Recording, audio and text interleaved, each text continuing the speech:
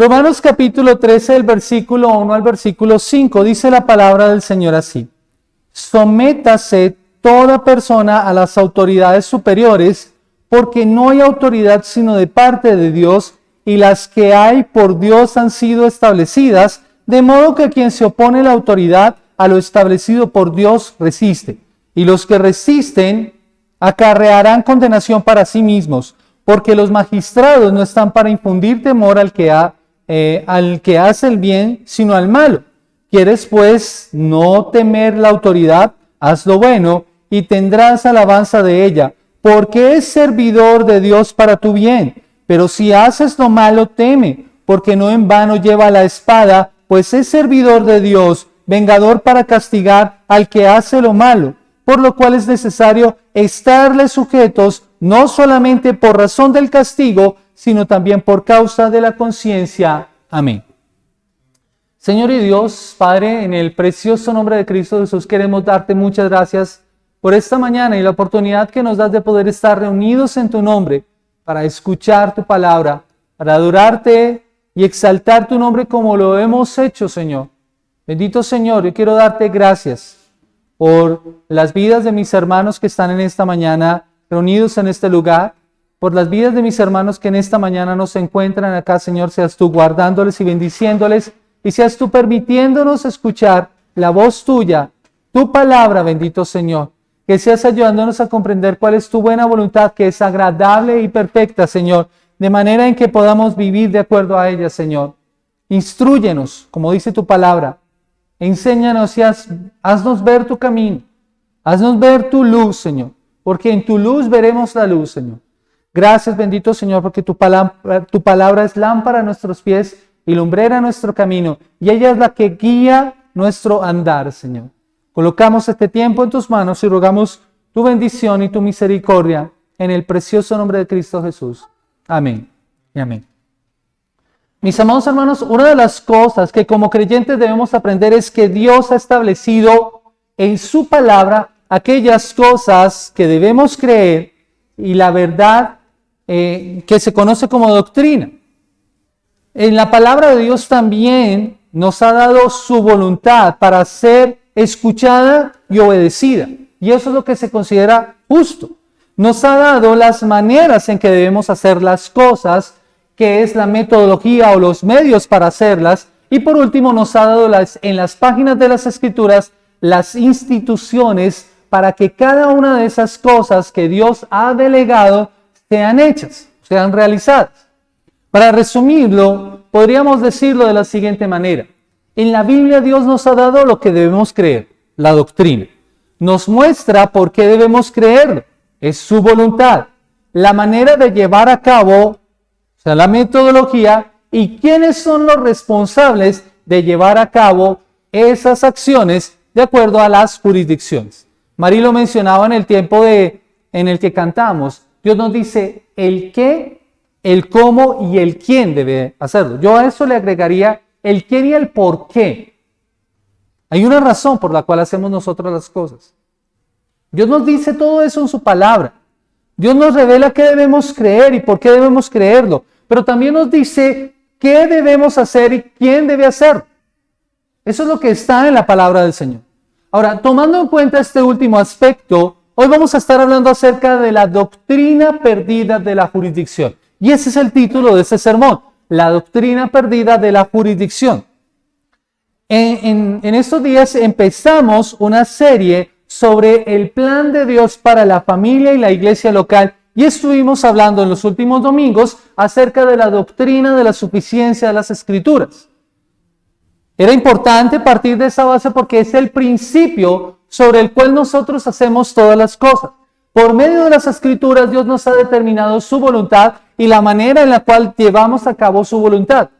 Si entendemos nosotros la suficiencia de las Escrituras, no tendremos problema en aceptar lo que ella nos dice, incluidos aquellos aspectos de los que somos responsables.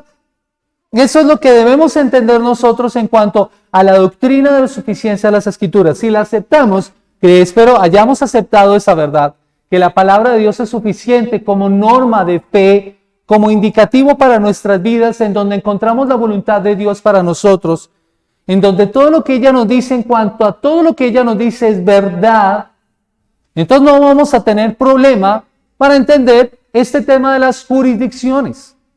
Si entendemos el tema de las jurisdicciones, entonces vamos a saber quiénes son los responsables de llevar cada aspecto de su voluntad de acuerdo a lo que nos enseña su palabra. Eso es lo importante que debemos entender con respecto a la jurisdicción. Para hablar de este tema, estaremos considerando algunos ejemplos en la Escritura y por medio de los cuales vamos a poder observar cómo se ve este tema en las Escrituras, precisamente. Hablar acerca de las jurisdicciones es necesario a través de los ejemplos que están en la misma palabra de Dios. Por medio de las Escrituras, como ya les he mencionado, Dios nos ha determinado su voluntad y cómo debemos llevarla a cabo. En la Escritura se muestran unas instituciones que Dios ha establecido para que se lleve a cabo su voluntad de acuerdo a su rol. Y la primera institución es el individuo mismo.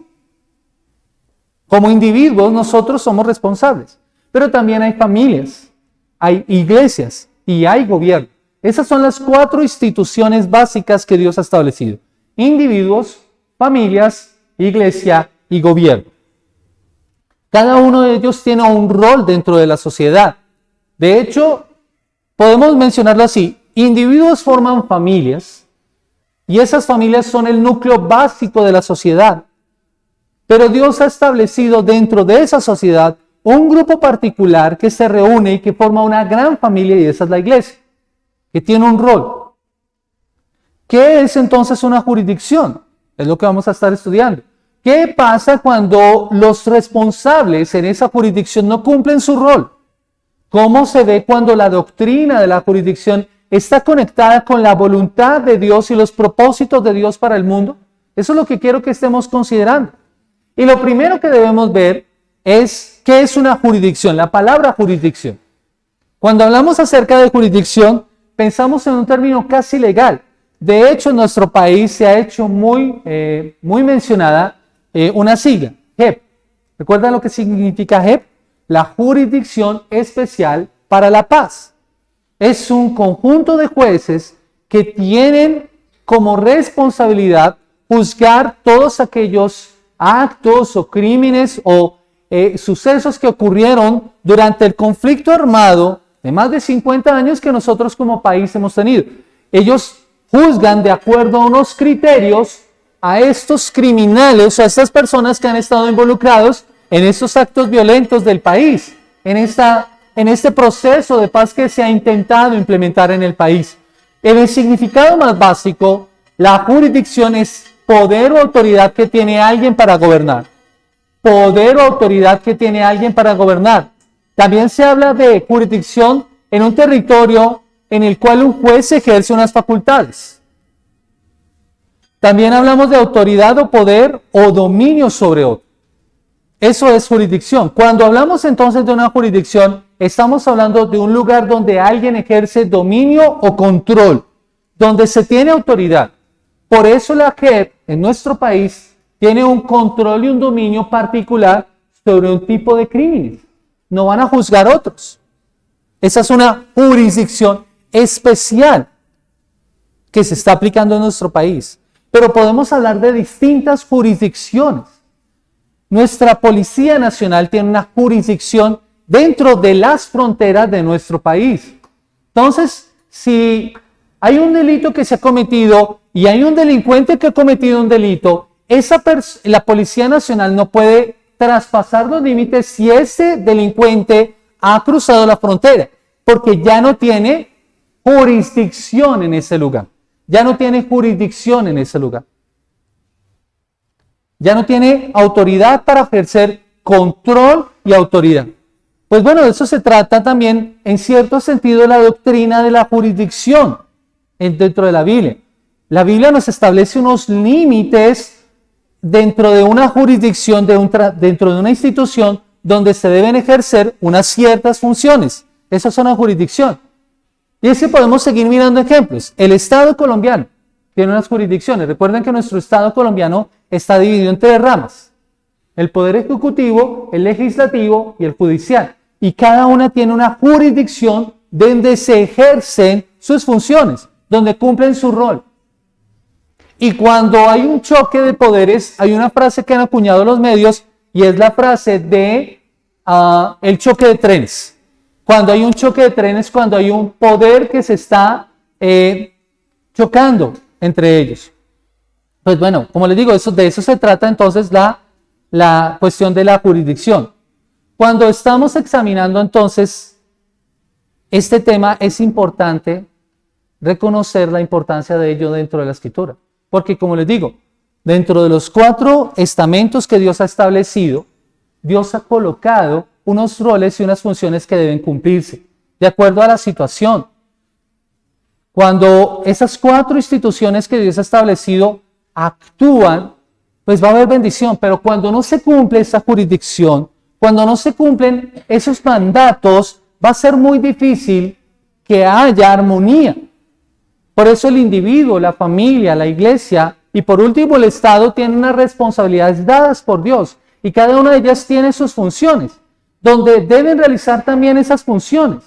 Lo que nos lleva entonces a considerar un segundo elemento y es cómo se ven esas jurisdicciones en la práctica. ¿Cómo se ven las 4 jurisdicciones en la práctica? Y el tema de las jurisdicciones lo podemos aplicar de la siguiente manera. Pensemos como individuos. Primero de manera individual. Si somos víctimas de un robo, como seguramente nos ha ocurrido en alguna ocasión, si somos víctimas de un robo o vemos que alguien es víctima de un robo, soy yo el responsable de, bueno, y voy a llevar un poco el ejemplo más allá. Soy víctima de un robo y tengo la oportunidad de capturar al ladrón, como puede pasar. ¿Soy yo quien debe infligir el castigo sobre esa persona que me robó? ¿O es la ciudadanía la que debe infligir el castigo sobre esa persona? Miren que lo que está pasando hoy en día, y es precisamente cuando vemos cómo cuando no se vive de acuerdo al rol establecido por Dios, vemos lo que vemos en el día de hoy. Hace poco me horrorizaba ver un video que me mostraba mi mamá precisamente ahí cerca en la casa a un delincuente que cogieron y cómo infringieron justicia por mano propia. Lo lincharon. Y sé que produce mucha rabia, pero cuando yo entiendo que no soy yo el responsable, así haya sido yo la víctima de infligir el castigo, de hacer justicia, estoy viviendo de acuerdo a mi rol. Cuando yo hago eso, cuando yo actúo en contra de eso, cuando yo soy quien hago el castigo o otras personas hacen el castigo, Dios no es honrado. No estoy honrando a Dios. ¿Cuál es mi responsabilidad como individuo? ¿Cuál es mi jurisdicción? ¿A quién ha establecido Dios para traer justicia? ¿Cuál es la institución encargada para aplicar y juzgar de acuerdo a lo que ha establecido Dios? En este caso, el gobierno es el encargado de impartir justicia. Vaya conmigo nuevamente a Romanos, capítulo 13. Miren lo que dice la palabra del Señor. Versículo 1. Sométanse toda persona a las autoridades superiores. Romanos 13:1. Sométase toda persona a las autoridades superiores, porque no hay autoridad sino de parte de Dios. Y las que hay por Dios han sido establecidas, de modo que quien se opone a la autoridad, a lo establecido por Dios, resiste, y los que resisten acarrean condenación para sí mismo, porque los magistrados no están para infundir temor al que hace el bien, sino al malo. Escuchen esto. Que después no temer a la autoridad, haz lo bueno y tendrás alabanza de ella, porque es servidor de Dios para tu bien. Pero si haces lo malo, teme, porque no en vano lleva la espada, pues es servidor de Dios, vengador para castigar al que hace lo malo, por lo cual es necesario estarle sujeto, no solamente por razón del castigo, sino también a causa de la conciencia. Ahora, ¿quién es el encargado de impartir justicia al que hace lo malo? Al ladrón, al delincuente. Es el gobierno, que ha establecido unos organismos para ello. El poder judicial que se encarga de capturarlo, el poder judicial que se encarga precisamente de colocarlo en la cárcel y de darle una sentencia. Ellos son los encargados de eso. Dios ha inventado el Estado, no es una invención humana. Dios es el quien ha determinado quién es el encargado de cumplir eso, de la misma manera en que Dios diseñó el matrimonio y no fueron Adán y Eva, que se inventaron eso allá en el paraíso. O como la iglesia no fue un invento de los hombres, es invento de Dios. Recuerden las palabras de Jesús: yo he venido para establecer mi iglesia y las puertas del Hades no prevalecerán contra ella. ¿Quién diseñó la iglesia? Es Dios mismo. Los gobiernos civiles han sido instituidos por Dios y se les ha dado autoridad y responsabilidades jurisdiccionales específicas. Dios es quien les ha determinado a ellos qué es lo que deben hacer. El mismo Daniel lo reconoce así. Daniel capítulo 2, el versículo 21. Dice la palabra del Señor, Daniel 2, versículo 21. Dice: y muda los tiempos y las edades, quita reyes y pone reyes, y da sabiduría a los sabios y la ciencia a los entendidos. Hablando Daniel acerca de un sueño que tiene Nabucodonosor y la interpretación de ese sueño, Daniel le reconoce esto. ¿Quién es el que pone y quita reyes? Es Dios mismo el que se encarga de eso. Y más adelante en Daniel capítulo 4, el versículo 17, dice la palabra del Señor, hablando Nabucodonosor esta vez, reconociendo su posición, dice lo siguiente: la sentencia es por decreto de los vigilantes y por dicho de los santos la resolución, para que conozcan los vivientes que el Altísimo gobierna el reino de los hombres. ¿Quién gobierna el reino de los hombres? Y es Nabucodonosor, un rey pagano, el que está reconociendo esto. El Altísimo es el que gobierna el reino de los hombres, y a quien él quiere lo da y constituye sobre él al más bajo de los hombres. Dios ha establecido el gobierno. Dios es el diseñador del gobierno. Y recuerden que Daniel estuvo en medio de uno de los pueblos más paganos que pudo haber en toda la historia. Pero él reconoce y él sabe que Dios lo ha puesto allí en ese lugar de gobierno. Y está sirviendo allí en ese lugar de gobierno de acuerdo al rol que Dios le ha dado. Él era un siervo también. Y él reconocía quiénes eran sus gobernantes y por eso le servía.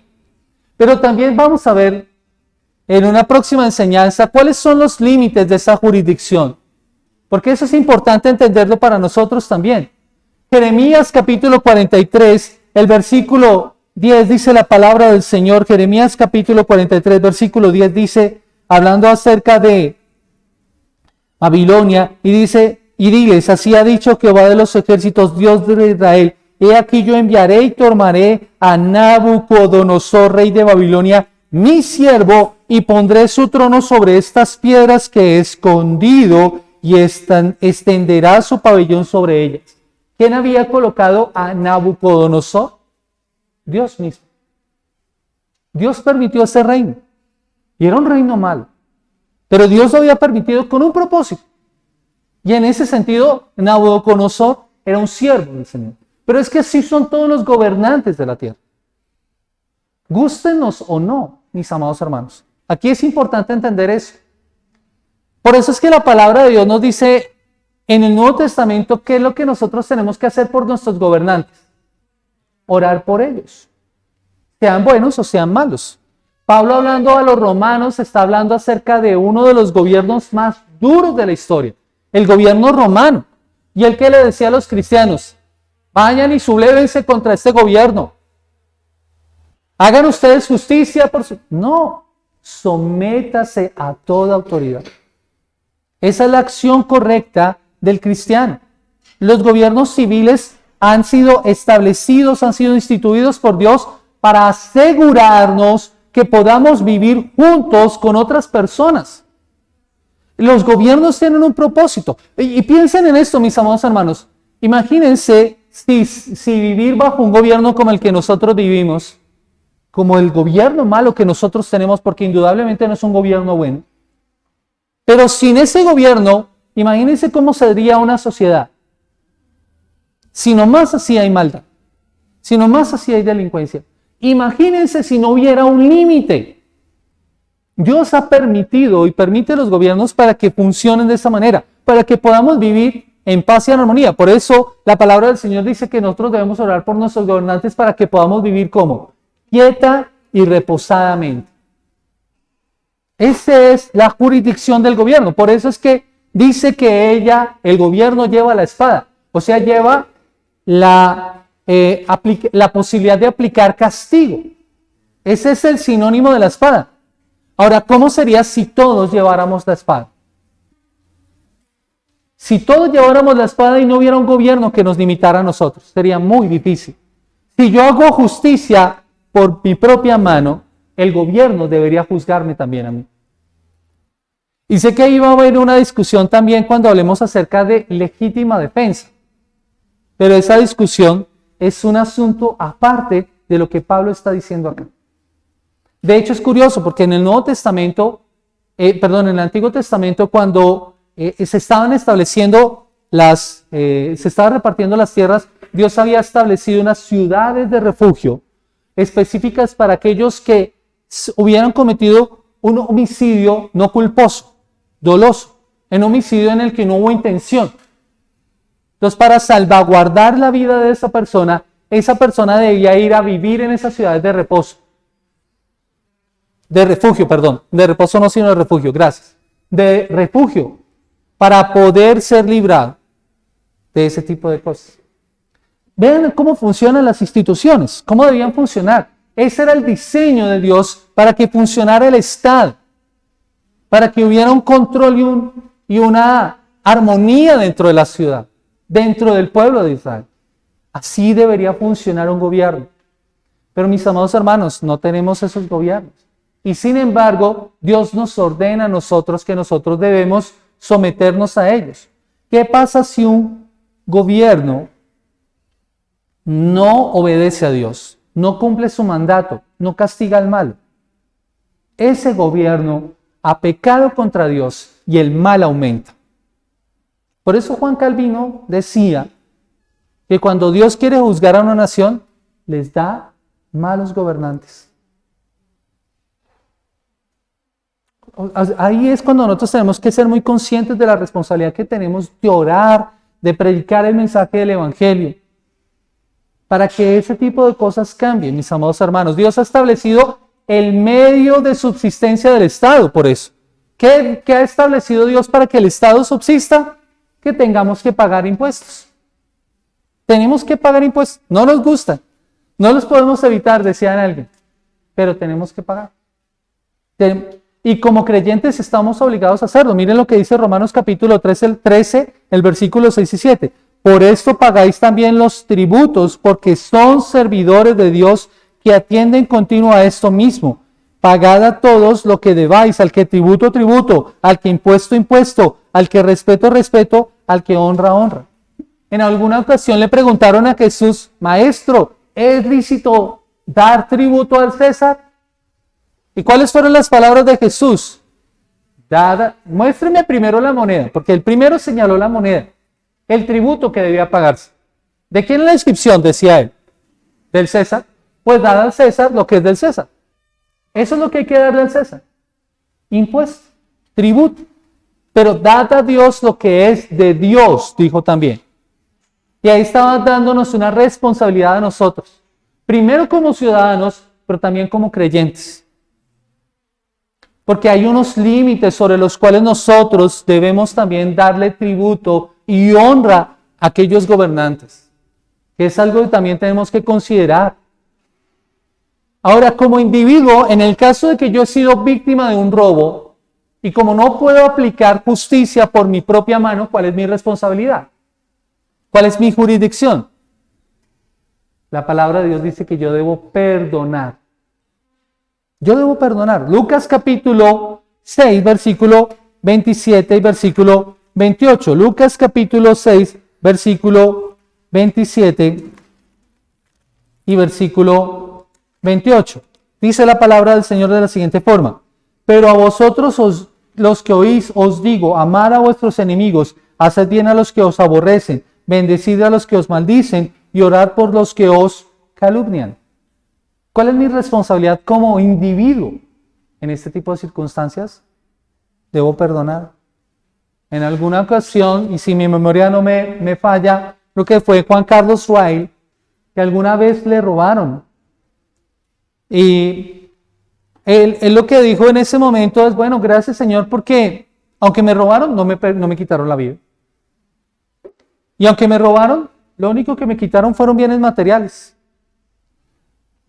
Y yo te doy gracias porque fui yo el robado y no fui yo el que estaba robando. En todo eso él como individuo pudo ver esto, actuar de acuerdo a la voluntad de Dios, de acuerdo a la jurisdicción de Dios. Y pudo orar y perdonar al que lo robó. Ahora, ¿cómo actuamos nosotros? Yo sé que nos molesta, pero hay tanto esfuerzo con lo que uno consigue las cosas, no para que venga alguien y se las quite. Pero mis amados hermanos, nuestra responsabilidad como individuos es orar por estas personas.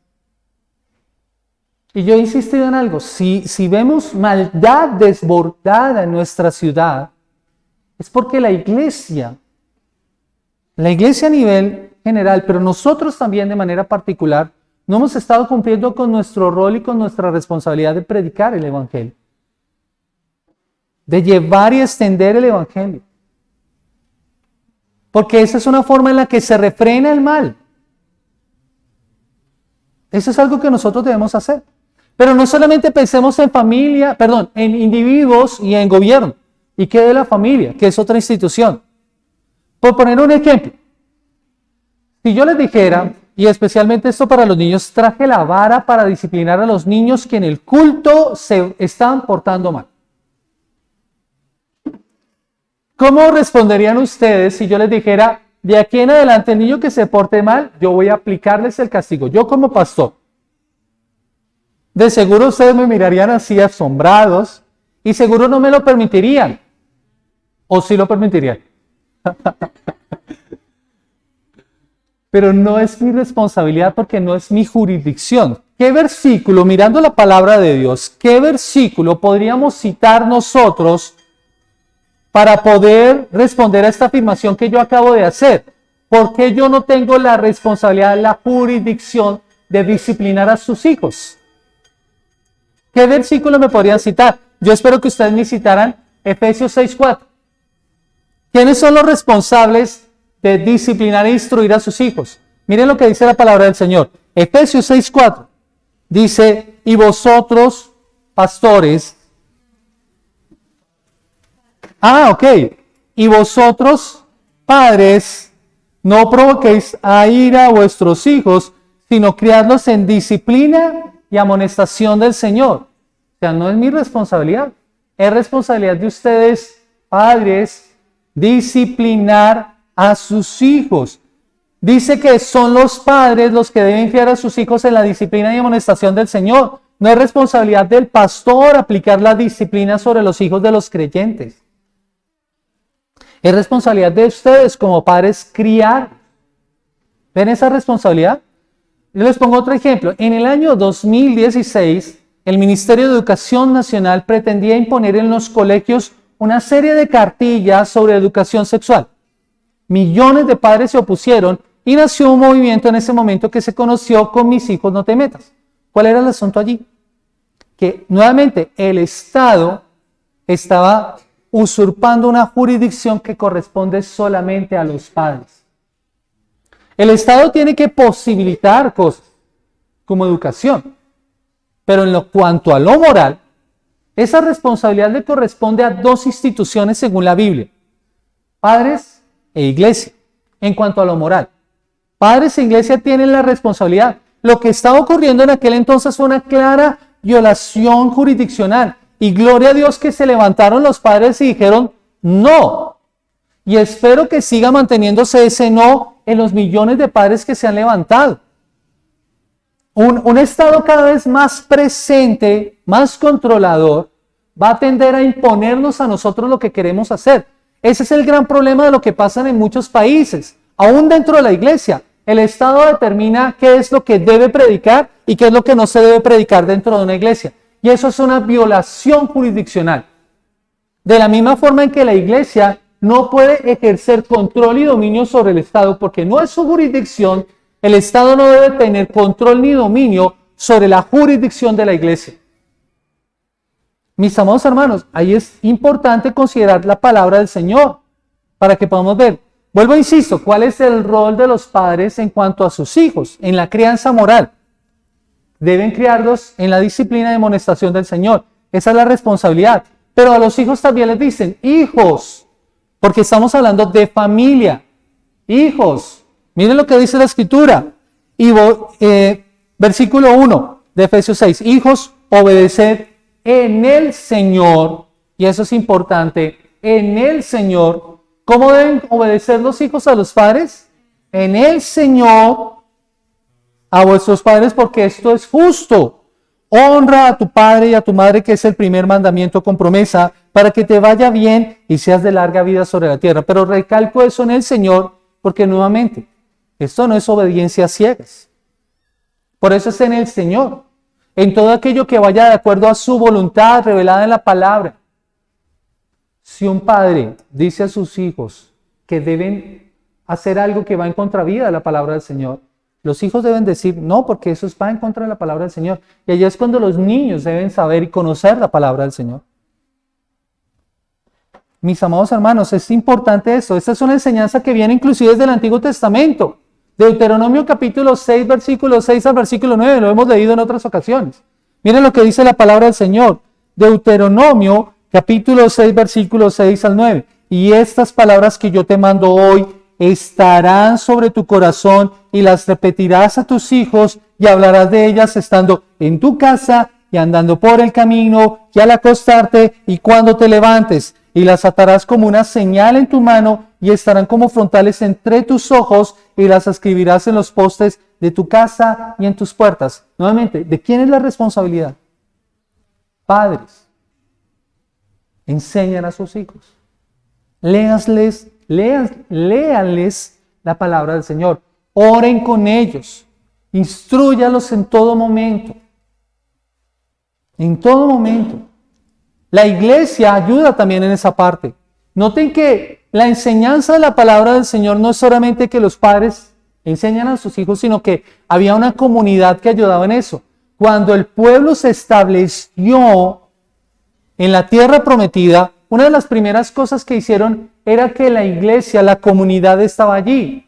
Y vemos a Josué cuando cruzó el Jordán sacando unas piedras y colocándolas como señal con un propósito. Cuando tus hijos te pregunten qué significan estas piedras, ustedes le dirán, el Señor nos hizo cruzar este Jordán. Pero hay un pasaje en particular que me llamó poderosamente la atención. Josué capítulo 8, el versículo 35. Porque aquí está hablando acerca de la comunidad. En el tiempo de las celebraciones, la iglesia toda estaba reunida. No había una clase particular para los niños. Toda la iglesia estaba reunida, toda la comunidad. Miren lo que dice la palabra del Señor en Josué capítulo 8, versículo 35. No hubo palabra alguna de todo cuanto mandó Moisés que Josué no hiciese leer delante de toda la congregación de Israel, y de las mujeres, y de los niños, y de los extranjeros que moraban entre ellos. O sea, cuando se hizo la lectura de la ley allí en el monte de Ebal y en el monte Gerizim, todas las familias estaban reunidas. Las mujeres y los niños. Nehemías capítulo 10, versículo 28 y versículo 29. Miren lo que dice la palabra del Señor.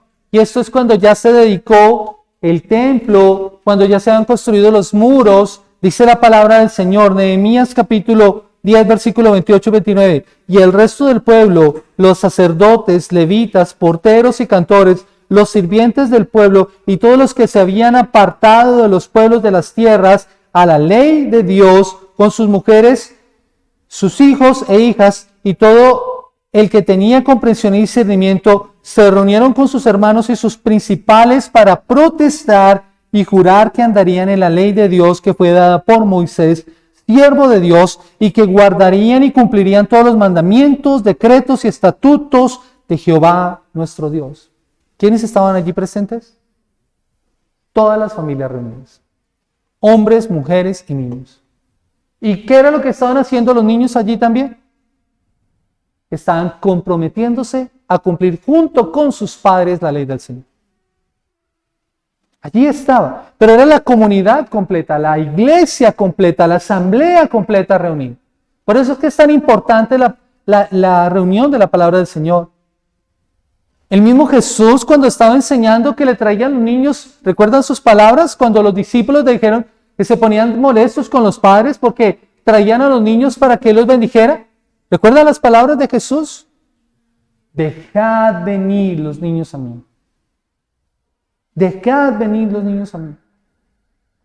Por eso es que nosotros queremos y estamos incentivando que los niños participen también del culto. Que sean ellos también los que leen. Que ellos estén activos sirviendo. Porque eso es hacerlos partícipes de lo que hacemos nosotros como iglesia. Es preferible que los niños estén acá con nosotros, a que estén perdiendo el tiempo. Y no es lógico que haya padres de familia que prefieran dejar a sus hijos en la casa. Porque eso es en contravía de lo que enseña la palabra del Señor. Ahí hay una clara violación de una jurisdicción, de algo que Dios ha establecido. Por eso es que el Estado no tiene función de enseñar moralidad a nuestros hijos. Esa no es su responsabilidad, no es su rol, no es su jurisdicción. No podemos permitirlo. Miren los programas de educación sexual que se están dando en los colegios el día de hoy. ¿Han funcionado? ¿Ha bajado el índice de embarazos adolescentes? Leía que ha bajado un poquito. Pero no se ha acabado. Eso quiere decir que ese programa no ha funcionado, porque se ha enfocado de la manera equivocada. Noten lo que ha pasado en las escuelas de los Estados Unidos, un país que fue formado con principios cristianos, sustentados sobre la palabra del Señor. Las grandes universidades, las universidades más importantes del mundo, fueron fundadas por puritanos que tenían principios bíblicos.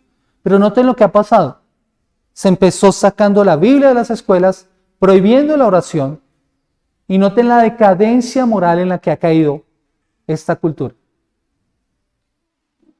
Masacres como la de Columbine o muchas otras masacres que han ocurrido en escuelas han ocurrido precisamente porque se ha sacado a Dios de la educación.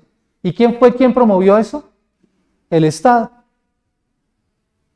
Porque cuando el Estado irrumpe en una jurisdicción que no le corresponde, vamos a ver problemas. Pero es que no solamente pasa con el Estado, pasa con el individuo, con la familia y con la iglesia también. O cuando dejamos de hacer aquello que Dios ha establecido como un rol para nosotros. Por eso es tan importante eso, que nosotros nos demos cuenta. Dios se ha comunicado de la manera en que Él quiere que se hagan las cosas, mis amados hermanos. Su palabra es clara. Pero también junto con esto que nos ha dicho que debemos hacer, nos ha dicho quiénes son los responsables de hacerlo. ¿Quiénes son los responsables de cumplir con esas jurisdicciones? Y noten esto. ¿Cuántos de nosotros nos habíamos puesto a pensar en la responsabilidad que tenemos nosotros como individuos, familia, iglesia y Estado? O con el Estado. Porque ha perdido relevancia como enseñanza de las iglesias. Hoy en día el mensaje se ha diluido. Y las instituciones han sido creadas por Dios para cumplir con una función. Ahora, piensen en eso. ¿Cuál es el resultado de una violación jurisdiccional? Cuando una institución no cumple con su rol. Lo primero que se ve es que no se resuelve la crisis. No se resuelve la crisis. Cuando una institución hace más de lo que se le ha mandado, no se resuelve la crisis. Y eso lo podemos ver. O cuando no hace lo que tiene que hacer. Piensen, vuelvo nuevamente al ejemplo del Estado. Piensen en lo que está pasando en nuestro Estado. No se ha resuelto la crisis. No se ha trabajado como tiene que ser, juzgando y castigando al criminal como tiene que ser castigado. ¿Y en qué hemos degenerado? Es más índices de criminalidad más altos. Pero si eso es en el Estado, ahora piensen en nosotros como individuos cuando no cumplimos el rol. La crisis no se resuelve. Y lo segundo es que además se roba tiempo, motivación y recursos a la institución responsable para resolver a la crisis. Noten qué ha pasado. El Estado no ha resuelto la situación de criminalidad. Pero ¿qué está pasando en las calles? La gente está cansada. ¿Y qué está haciendo? Está haciendo justicia por sus propias manos. ¿Está resolviéndose la crisis? Pero el Estado ahora tiene un problema mayor. Porque cuando eso pasa, ahora tiene que juzgar al que ha cometido esa acción. Porque no es correcto. No hay, y además se hace más difícil responder a futuro. Cuando es. Pensemos ahora en la formación moral de nuestros hijos. Mis amados hermanos, como familias. Cuando cedemos a la tentación de no disciplinar a nuestros hijos, ocurren varias cosas. La palabra de Dios dice en Proverbios capítulo 10, el versículo 1. Proverbios capítulo 10, el versículo 1. Dice, el hijo sabio alegra al padre, pero el necio es tristeza para su madre. En otra versión dice, causa dolor a sus padres. Dice en Proverbios 17, 25. Proverbios 17, 25, dice la palabra del Señor. Dice, el hijo necio es pesadumbre de su madre y amargura a la que lo dio a luz. Ahora, ¿por qué hay un hijo necio en un hogar? Porque no ha recibido la corrección que se le debe dar. Proverbios 23, 13 al 16. Escuchen lo que dice la palabra del Señor. Proverbios 23, 13 al 16. Dice, no rehuses corregir al muchacho, porque si lo castigas con vara, no morirá. Lo castigarás con vara y librarás su alma del Seol. Hijo mío, si tu corazón fuere sabio, también a mí se me alegrará el corazón. Mis entrañas también se alegrarán cuando tus labios hablaren cosas rectas. Y yo sé que esto es duro. Los nuevos pedagogos están en contra de este tipo de cosas. Pero mis amados hermanos, hay una forma correcta de hacer la disciplina que es necesaria que nosotros como padres y como familia estudiemos.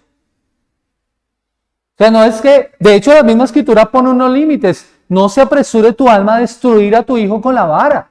No es que tú vayas a matarlo, como decían, a punta de palo. No, no es eso, mis amados hermanos. Pero sí un hijo necesita disciplina, necesita límites. De algo yo estoy convencido en la vida, mis amados hermanos. Y es que lo que forma el carácter de una persona no es lo que tiene, sino lo que no tiene. Lo que forma el carácter de un individuo. Cuando un niño lo tiene todo, piensa que la vida se le debe a él. Y que todos están en obligación de darles todas las cosas. Y se vuelven niños exigentes. Niños demandantes. Conocemos casos así. Es terrible. Y ustedes pueden buscar ese texto en internet, lo recordé recién ahora. Pero busquen por favor en internet cómo convertir a tu hijo en un delincuente. Y léanlo por favor en casa. Y medítenlo. Esa es sabiduría popular, pero es cierto. Dale a tu hijo todo lo que te pida. No le niegues nada, no le digas no. Porque es que le dices no y lo vas a traumatizar. Eso es lo que se nos dice ahora. No, no hay que ser negativos con los niños, hay que ser positivos. Mis amados hermanos, cuando tú limitas la disciplina para tu hijo, no le estás haciendo un bien, les estás haciendo un terrible mal. Cuando por miedo a que él sufra o por miedo a que él se enoje, porque es que ahora parece que los padres le tienen miedo a sus hijos. De hecho es bastante curioso, hay casas en las que el menú lo determina el niño. ¿Sí se han dado cuenta que hay casas en las que el menú lo determinan los hijos? Es que al niño no le gusta eso, entonces no compramos eso. Cuando nosotros nos rehusamos a disciplinar a nuestros hijos, no les estamos haciendo un bien. Cuando por temor al enojo al niño, los padres ceden en la corrección, se comete un grave error. Dice Timothy Keller, ahí viene la tentación de darle a ese ser amado lo que le produce gozo emocional en vez de darle lo mejor. Y dice entre paréntesis que pudiera causarle tristeza o ira emocional. Es un problema extremadamente común en la crianza de los hijos. Los padres que no son fieles en disciplinar a sus hijos porque no pueden soportar sus lágrimas o su ira, pero el resultado de una infancia sin disciplina casi siempre es un desastre. Casi siempre es un desastre. Una violación jurisdiccional. No asumir el rol. No asumir la responsabilidad. Y puede que digas que tienes buenos motivos. Pero mis amados hermanos, buenos motivos más una violación jurisdiccional igual a resultados trágicos. Buenos motivos más una violación jurisdiccional va a dar como resultado tragedia. Eso fue lo que le ocurrió a Saúl. Vaya conmigo por favor a 1 Samuel capítulo 13, el versículo 8 y el versículo 9 para que miremos el ejemplo de esta violación jurisdiccional. Y si usted recuerda la historia, recordará que Saúl estaba en guerra contra los filisteos. Pero ellos no iban a la batalla sin que antes se ofreciera el sacrificio y el holocausto. Pero había uno encargado para eso y era el sumo sacerdote, que para aquella época era Samuel. Dice la palabra del Señor en 1 Samuel capítulo 13, que como Samuel se demoraba en llegar y viendo Saúl que el pueblo se le desertaba, él cometió una violación jurisdiccional. Miren lo que dice la palabra del Señor, 13, 8 y 9. Dice, y él esperó 7 días conforme al plazo que Samuel había dicho, pero Samuel no venía a Gilgal y el pueblo se le desertaba. Entonces dijo Saúl, traedme el holocausto y ofrendas de paz, y ofreció el holocausto. Y cuando él acabó de ofrecer el holocausto, de aquí Samuel que venía, y Saúl salió a recibirle para saludarle. Entonces Samuel dijo, ¿qué has hecho?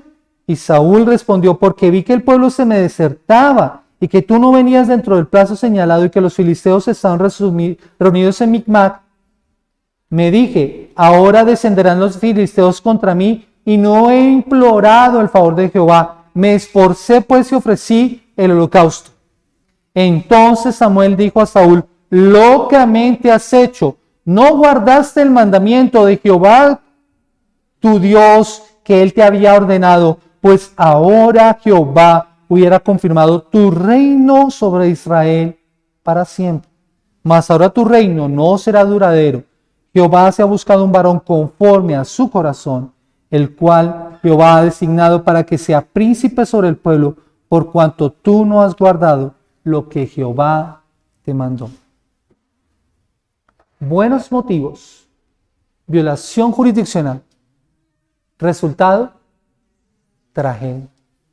Que no nos pase a nosotros. Porque pensemos en esto, ¿qué pasa si no actuamos correctamente en cuanto a las jurisdicciones? Si se hacen las cosas correctas por la jurisdicción incorrecta, es un acto incorrecto. Además se inicia un círculo vicioso. Y lo podemos ver precisamente en la vida de Saúl. Él no buscó hacer las cosas correctas delante de Dios. Y eso agregó tragedia sobre tragedia a su vida. Por una violación jurisdiccional.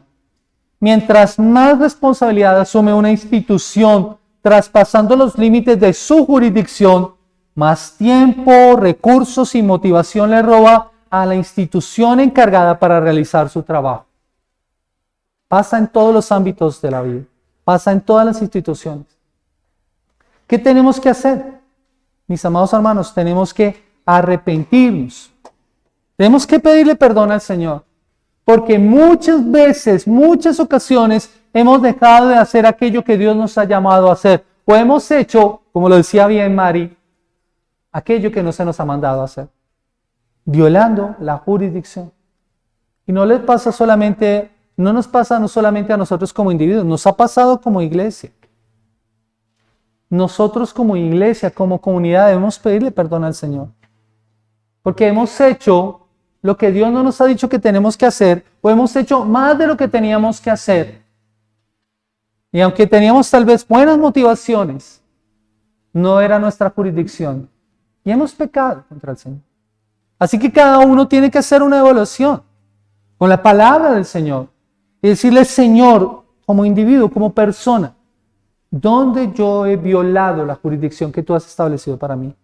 ¿Dónde he hecho más de lo que tú me has pedido que yo haga, pensando que era lo correcto? ¿O dónde yo he dejado de hacer aquello que tú me mandas que yo haga, Santiago capítulo 4, el versículo 17, dice la palabra del Señor, dice, y aquel que sabe hacer lo bueno y no lo hace, le es pecado.